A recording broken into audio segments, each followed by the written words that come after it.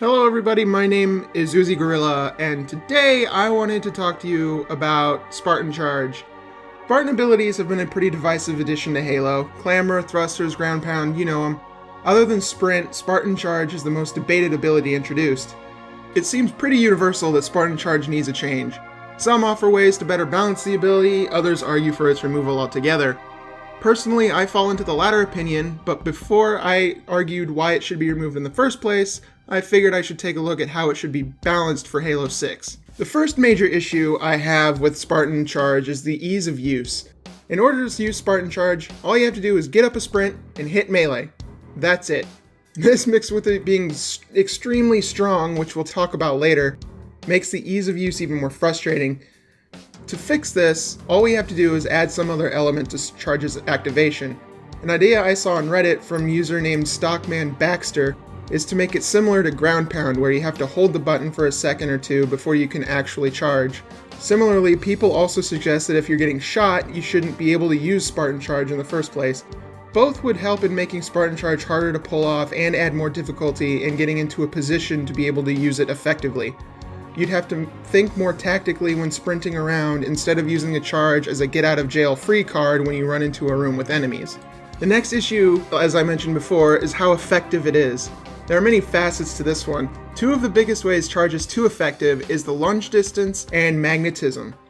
The lunge distance is easy enough to fix, just reduce how far the lunge takes you and the distance it's effective at. You could also reduce how effective the ability is in direct relation to how far you are in the lunge.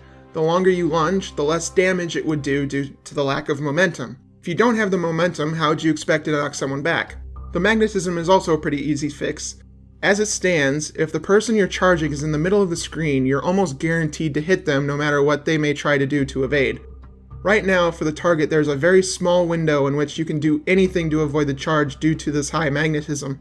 Right now, the most effective way to avoid a Spartan Charge is to thrust perpendicular to the charge at the exact right instance, but this window is very small. Too early and the magnetism just adjusts to your new position. Too late and you can't escape the magnetism. Removing or reducing the magnetism, I realize how much I've said magnetism in the last 3 sentences, allows the receiver of the attack more options and a bigger window to evade. I feel a bigger window of opportunity is needed because the smaller window leads to the feeling of helplessness in the target of the charge. This also will lead to frustration because there is nothing the victim feels like they could have done in order to evade that charge. The last source of frustration with how Spartan Charge works is the knockback. This is another one of those things that isn't fun on the receiving end.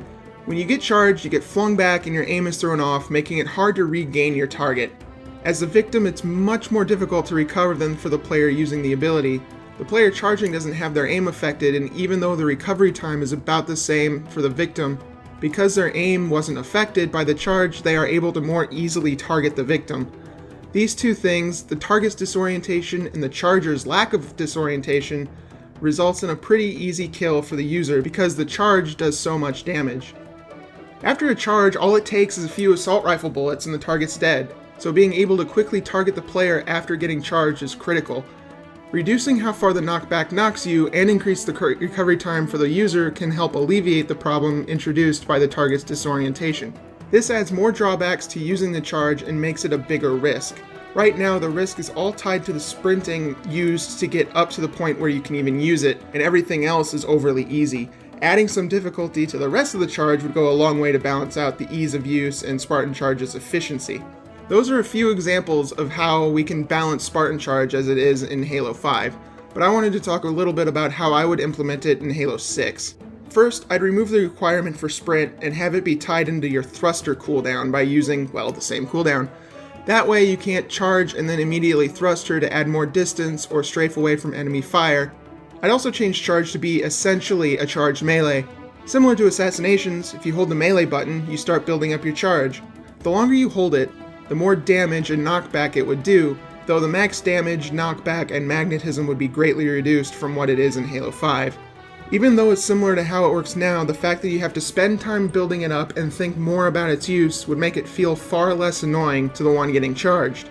If you wanted to make it more dynamic, you could even scale how much damage you do based on how long you hold the melee. Or if you hold the melee too long, you mess up and you have some kind of penalty of movement or something. These changes mixed with the general nerfs to damage and knockback I feel would go a long way to making Spartan Charge feel less cheap and more rewarding to use, as well as make it more fun to be targeted by. Those are my thoughts on how you could balance Spartan Charge as it is in Halo 5 and how I think it should be implemented in Halo 6 if it's to return. Like I said at the beginning of the video, I'm more in the remove it camp for reasons I'll get into in the next video.